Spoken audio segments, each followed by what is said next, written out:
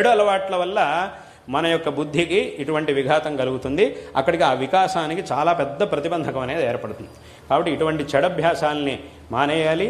ఇప్పుడు చెప్పబడినటువంటి ఈ పనులు, అందులోనూ ధార్మికమైనటువంటి, అంటే ఒకటి వైయక్తికంగా మనం అభివృద్ధి చెందడానికి కావాల్సినటువంటి పనులు, అదేవిధంగా మనం ఏ వంశంలో ఏ కుటుంబంలో అయితే మనం జన్మించామో దాని యొక్క శ్రేయస్సుకి, దానిలో మనకున్నటువంటి బాధ్యతలు ఏవైతే ఉంటాయో వాటికి సంబంధించినటువంటి పనులు, అదేవిధంగా ఏ సమాజంలో అయితే మనం బతుకుతున్నామో, ఏ ధర్మంలో అయితే మనం బతుకుతున్నామో దానికి సంబంధించినటువంటి పనులు. మళ్ళీ ఈ మూడు పనులు ఇప్పుడు చెప్పినట్టుగా రెండు రకాలు, లౌకికము మరియు ధార్మికం.